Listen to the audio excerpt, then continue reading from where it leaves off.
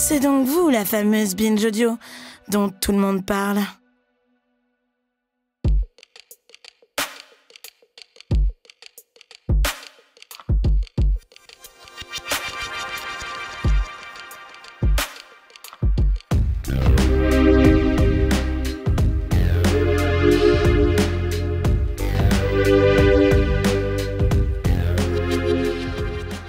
Dans ce tout petit interlude, je vais vous parler d'une pratique que je trouve géniale, qui est très importante dans Le Cœur sur la table, c'est celle du cercle de parole.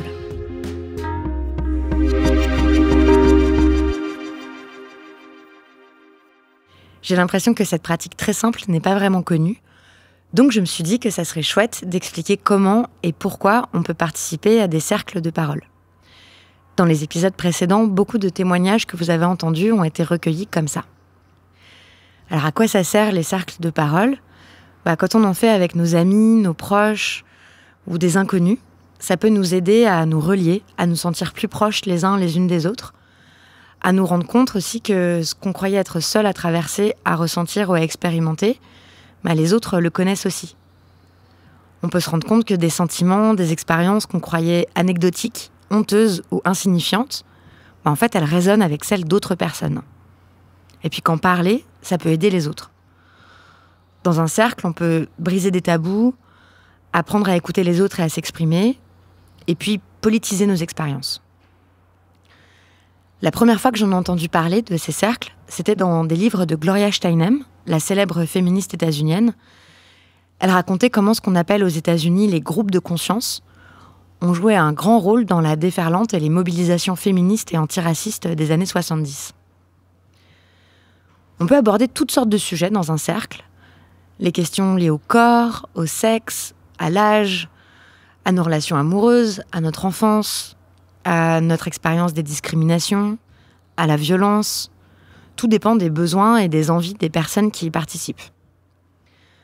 Le principe, c'est de se rassembler à plusieurs, de s'asseoir en cercle, et puis de prendre la parole et de s'écouter.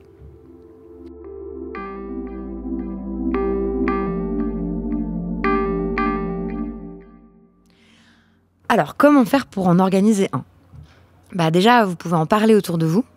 Tout le monde n'est pas obligé de se connaître avant le cercle. C'est même chouette quand il y a des gens qu'on ne connaît pas. Donc vous pouvez dire à vos amis d'en parler à leurs amis, qui en parleront à leurs amis, etc. C'est chouette aussi si tout le monde n'a pas le même profil. Par exemple, s'il y a des personnes d'âge, de milieu ou d'origine différentes. Je me souviens que moi, j'ai participé à des cercles avec des femmes entre 14 et 82 ans, où on parlait des relations qu'on avait avec nos corps. Et c'était génial que la parole et l'écoute circulent comme ça entre différentes générations. On a beaucoup ri, on a un peu pleuré aussi. Pour veiller à ce que le cercle soit accessible à tous, notamment aux personnes qui ont des enfants à charge, on peut par exemple décider que le groupe peut se cotiser pour contribuer aux frais de garde. Pour commencer, c'est bien de ne pas être beaucoup, parce que ça peut être impressionnant. Peut-être commencer à 6, 7, 8 ou 10 personnes. Et lors de chaque cercle, les personnes décident elles-mêmes des sujets dont elles aimeraient parler.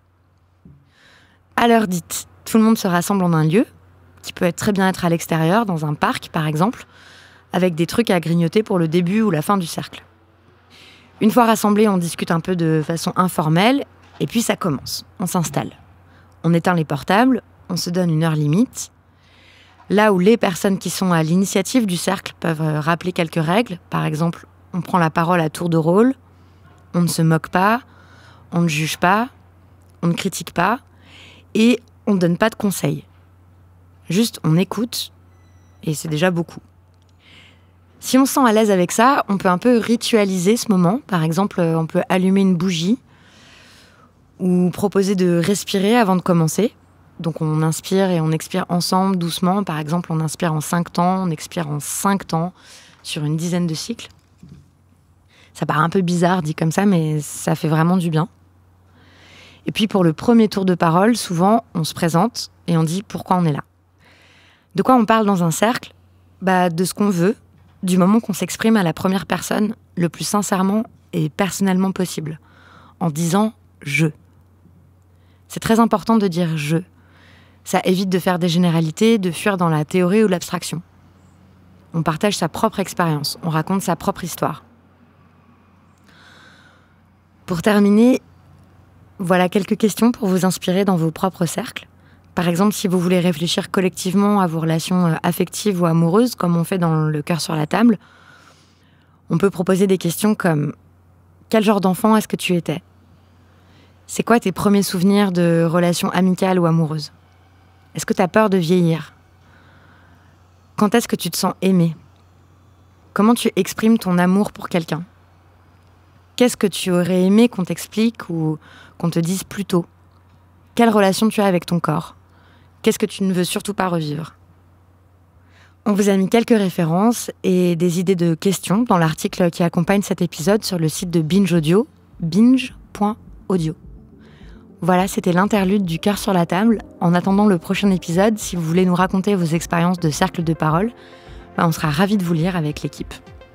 C'est Solène Moulin qui a composé la musique, Adèle Itel El-Madani qui a réalisé l'épisode, Naomi Titi qui l'a édité, et moi qui l'ai écrit.